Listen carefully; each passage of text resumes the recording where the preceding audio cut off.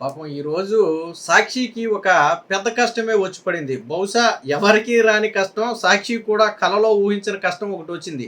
నిత్యం లెగిస్తే చంద్రబాబు గారి మీద కావచ్చు, లోకేష్ గారి మీద కావచ్చు, కూటమి ప్రభుత్వం మీద కావచ్చు, ముఖ్యంగా ఉద్యోగాల విషయంలో.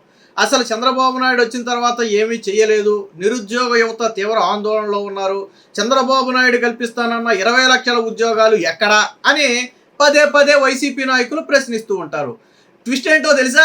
ఈరోజు సాక్షి పేపర్ ఏదైతే జగన్మోహన్ రెడ్డి సొంతగా నడుపుకునే సాక్షి పేపర్ ఉందో, ఆ సాక్షి పేపర్లోనే ఒక అడ్వర్టైజ్మెంట్ వేశారు. ఫుల్ పేజ్ అడ్వర్టైజ్మెంట్ వేశారు. సరే, ఇచ్చింది గవర్నమెంట్ అయినప్పటికీ కూడా ఒక అడ్వర్టైజ్మెంట్ వేశారు. అందులో ఏమని రాశారు అంటే, ఈరోజు బేసిక్గా ఏదైతే దేశంలోనే అతి భారీ ప్రాజెక్ట్ అయినటువంటి అర్సలాల్ మిట్టల్ అలాగే నిప్పాన్ స్టీల్ సంయుక్త భాగస్వామ్యంతో స్టీల్ ఇండస్ట్రీకి ఈరోజు శంకుస్థాపన ఏదైతే జరగబోతుందో ఆ శంకుస్థాపనకు సంబంధించి గవర్నమెంట్ ఇచ్చిన అడ్వర్టైజ్మెంట్ ఇది.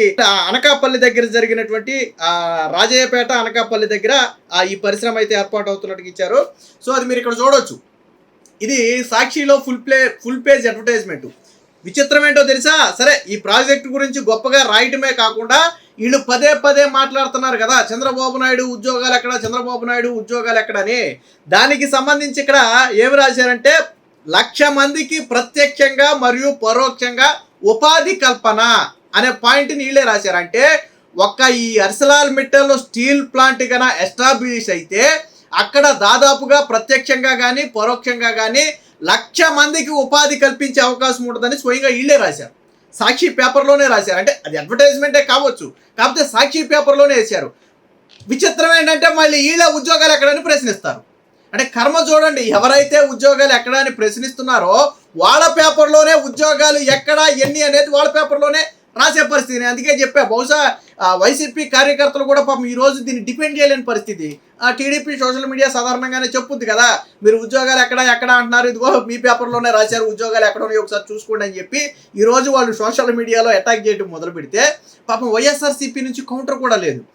ఫర్ ఎగ్జాంపుల్, గతంలో జగన్మోహన్ రెడ్డి ఇచ్చే అడ్వర్టైజ్మెంట్లను ఈనాడు నిరాకరించింది కొన్ని అడ్వర్టైజ్మెంట్లు. ఎందుకంటే సత్య దూరంగా ఉంటున్నాయి, ప్రజలను తప్పుదోవ పట్టించే అడ్వర్టైజ్మెంట్లు ఉంటున్నాయి, కాబట్టి ఇలాంటి వాటిని మేము వేయబోమని చెప్పి ఈనాడు తప్పుకుంది. ఒకవేళ నిజంగా సాక్షి కూడా ఇది తప్పు, ఈ స్టీల్ ప్లాంట్ వల్ల ప్రజలకు ఉపయోగం లేదు, ఉద్యోగాలు రావు, ఇదంతా అభూత కల్పన అని వాడు భావించుంటే ఈ అడ్వర్టైజ్మెంట్ వేయకుండా తప్పించుకోవచ్చు. వాడు అడ్వర్టైజ్మెంట్ వేయకపోవడం అనేది పేపర్ ఇష్టం, గవర్నమెంట్ అడుగుద్ది, బట్ పేపర్ ఇష్టం అది. కానీ ఎందుకు వేశారంటే ఈరోజు స్టీల్ ప్లాంట్కి ఆల్రెడీ ఈ వీడియో చేసే టైంకి శంకుస్థాపన కూడా అయిపోయినట్టుంది.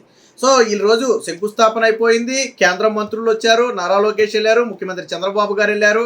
దీనివల్ల కలిగే ఉపయోగాలు ఏంటనేది ఆల్రెడీ చెప్పారు. సరే, అది సపరేట్ వీడియో. కాకపోతే ఈ వీడియో ఎందుకు చేయాల్సి వచ్చిందంటే, ఎవరైతే విమర్శలు చేస్తున్నారో, ట్విస్ట్ ఏంటంటే జగన్మోహన్ రెడ్డి గతంలో 2 ఏళ్లలో కడప ఉక్కు పరిశ్రమ స్థాపిస్తానని చెప్పి ఎన్నికల ముందు హామీ ఇచ్చాడు. వాస్తవానికి గతంలో చంద్రబాబు గారు దిగిపోయే టయానికే ఒక 3 నెలల ముందో 6 నెలల ముందో దాని శంకుస్థాపన కూడా చేశారు. తర్వాత గవర్నమెంట్ మారింది, అది వేరే విషయం.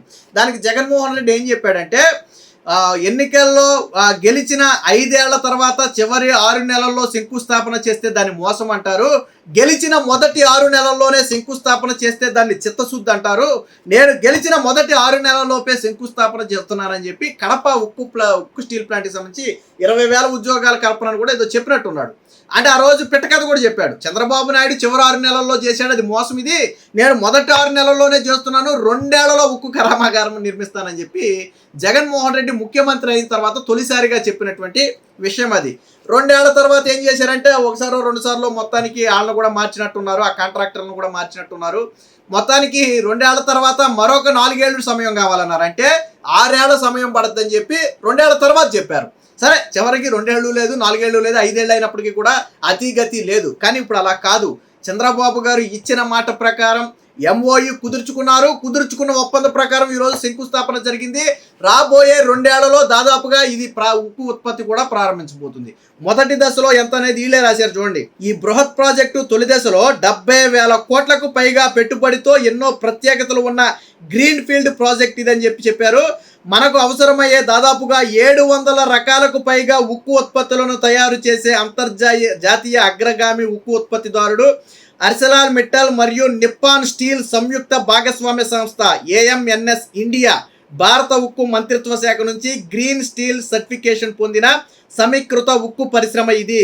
సురక్షితమైన నూతన ఆవిష్కరణతో కూడిన సుస్థిర అభివృద్ధి లక్ష్యంగా పనిచేసే సంస్థ ఇదని చెప్పి దీని ప్రారంభోత్సవ డేట్ను కూడా హెడ్డింగ్లో పెట్టేశారు. 23 మార్చి 2026 సోమవారం శంకుస్థాపన ప్రారంభోత్సవం అని చెప్పి వేశారు. కింద స్టీల్కు సంబంధించి ఒక ఫోటో కూడా వాళ్ళు హైలైట్ చేస్తూ వేయటం జరిగింది.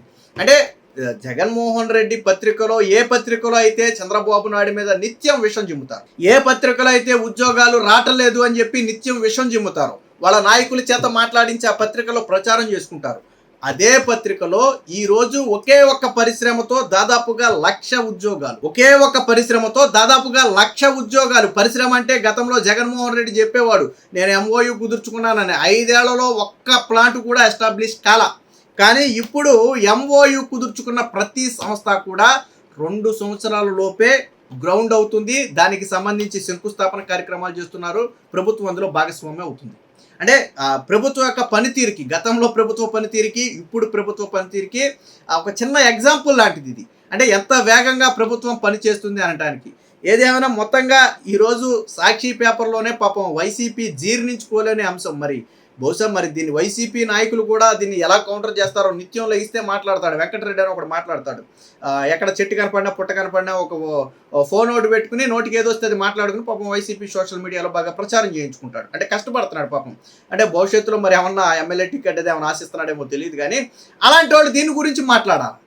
ఈ అర్సలాన్ మిట్టల్ స్టీల్ ప్లాంట్ గురించి మాట్లాడాలా? సరే, మిగతా వాటి గురించి మిగతా పేపర్లో వస్తే నేను ఎందుకు మాట్లాడతాను అనొచ్చు. మీ పేపర్లోనే ఈరోజు ఒక అడ్వర్టైజ్మెంట్ వేశారు. ఇది కూడా MOU కాదు, MOU కుదుర్చుకుంటాం, చాలా కుదుర్చుకుంటారు, ఇవన్నీ ఎప్పుడు గ్రౌండ్ అవుతాయి ఎవరికి తెలుసని చాలామంది అనొచ్చు. ఇది MOU కాదు, MOU అయిపోయింది ఆల్రెడీ. ఇప్పుడు గ్రౌండ్ అవుతుంది, శంకుస్థాపన జరుగుతుంది. 2 ఏళ్లలో దాదాపుగా తొలి దశ ప్రాజెక్టు మొత్తం కూడా పూర్తి కాబోతుంది. మనం చెప్పిన 1,00,000 ఉద్యోగాలు 2 ఏళ్లలోనే రాబోతున్నాయి. ఇలాంటి వాటి గురించి మాట్లాడితే బాగూడదు. ఎందుకంటే మైక్ దొరికిన వెంటనే చెట్టుకో పుట్టకో వెళ్ళిపోయి నిలబడి మాట్లాడటం వైసీపీ నాయకులకు అలవాటు. సరే, తప్పొప్పుల్ని ఎత్తి చూపించవచ్చు. ప్రతిపక్షంలో హోదా ప్రజలు ఇవ్వకపోయినా ఆ పాత్ర పోషించాల్సిన బాధ్యత ఆడ మీద ఉంది. కాకపోతే ఈ వెంకటరెడ్డి అని హాఫ్ నాలెడ్జ్ గారు ఏం మాట్లాడతాడో తెలుసా? చంద్రబాబు నాయుడు బస్ ఎక్కితే టికెట్ ఎందుకు తీసుకోవాలి?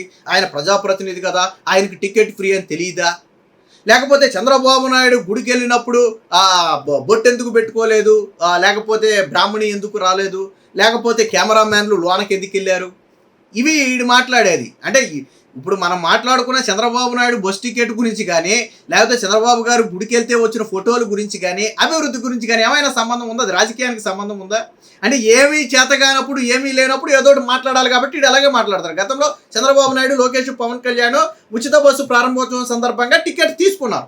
అంటే ఆ లేడీస్కి ఉచిత బస్సు ప్రయాణం కాబట్టి వీళ్ళు టికెట్ తీసుకున్నారు. ఎందుకంటే 10 మందికి ఆదర్శంగా ఉండాల్సిన స్థానంలో వాళ్ళు ఉన్నారు కాబట్టి. వాళ్ళు ప్రజాప్రతినిధులు, తీసుకోకపోతే ఎవరు అడగడు. కానీ ఎందుకు తీసుకున్నారంటే 10 మందికి ఆదర్శంగా ఉండాలి. అందుకు తీసుకుంటే మీరెందుకు టికెట్ తీసుకున్నారా అంటాడు. టికెట్ తీసుకుంటే ఈడికి వచ్చింది చెప్పేంటే నాకు అర్థం కాలే. ఇంకా ఆర్టీసీ గారు 3 టికెట్లు తీసుకోవడం వల్ల ఒక 50 రూపాయలు 100 రూపాయలు ఆదాయం వచ్చింది కదా ఆ రోజు. అలా అనుకోవాలి కదా, 10 మందికి ఆదర్శంగా నిలబడ్డారు అనుకోవాలి కదా. టికెట్ లేకుండా దొంగ ప్రయాణాలు చేయడం నేరం అని చెప్పడం కోసం వాళ్ళు అలాగా అందరికి ఆదర్శంగా చేశారనుకోవచ్చు కదా. మళ్ళీ నిన్న చంద్రబాబు నాయుడు గుడికి వెళ్తే దాన్ని ఒక ఫోటో స్పాట్ లాగా మార్చేశారు. 40 మంది ఫోటోగ్రాఫర్లు వెళ్ళారు. జగన్మోహన్ రెడ్డి తిరుమల వెళ్ళినప్పుడు ఫోటోలు రాలేదా? అప్పుడు జగన్మోహన్ రెడ్డి 40 మంది ఫోటోగ్రాఫర్లు తీసుకుని వెళ్ళాడా తిరుమలకి? వీళ్ళు మాట్లాడే దౌర్భాగ్యమైన మాటలు ఎందుకు పనికిరావు, రాజకీయాలకు కానీ దేనికి పనికిరావు. ఇలాంటి వాటి గురించి మాట్లాడు. ఈ రోజు నీ సాక్షిలోనే 1,00,000 ఉద్యోగాలు కల్పించే ఒక పరిశ్రమకు శంకుస్థాపన జరుగుతుందని కూటమి ప్రభుత్వం గురించి గొప్పగా చెబుతూ రాశారు. నీకు దమ్ము ధైర్యం ఉంటే దీని గురించి మాట్లాడు. 1,00,000 ఉద్యోగాలు వస్తున్నాయా రావట్లేదా? పరిశ్రమ అక్కడ ఎస్టాబ్లిష్ అవుతుందా లేదా? ఇప్పుడు మనం చెప్పుకునే ఆర్సెలర్ మిట్టల్ అనేది అతిపెద్ద స్టీల్ ఉక్కు ప్లాంటా కాదా? వీటి గురించి మాట్లాడు దమ్ముంటే. వీటి గురించి మాట్లాడరు. ఏదేమైనా మొత్తంగా ఈ సాక్షిలో వచ్చినటువంటి ఒక అడ్వర్టైజ్మెంట్ కారణంగా వైసీపీ తీవ్ర ఇరకాటంలో పడింది. రేపటి నుంచి ఉద్యోగాలు ఎక్కడ అని ప్రశ్నిస్తే టీడీపీ నాయకులు దీని మొహాన్ని కొడతారు. ఇదిగోరా ఎక్కడ ఉద్యోగాలు అని అడిగావు కదా, ఇదిగో నీ పేపర్లోనే వేసారు, ఎక్కడ వస్తున్నాయి ఉద్యోగాలు ఒకసారి చూసుకో అని చెప్పి దీన్ని తిరిగి మొహాన్ని కొట్టే పరిస్థితి. సో మొత్తంగా ఇది వైసీపీ నాయకులకు మాత్రం ఒక మింగుడు పడని అంశంగా మారింది.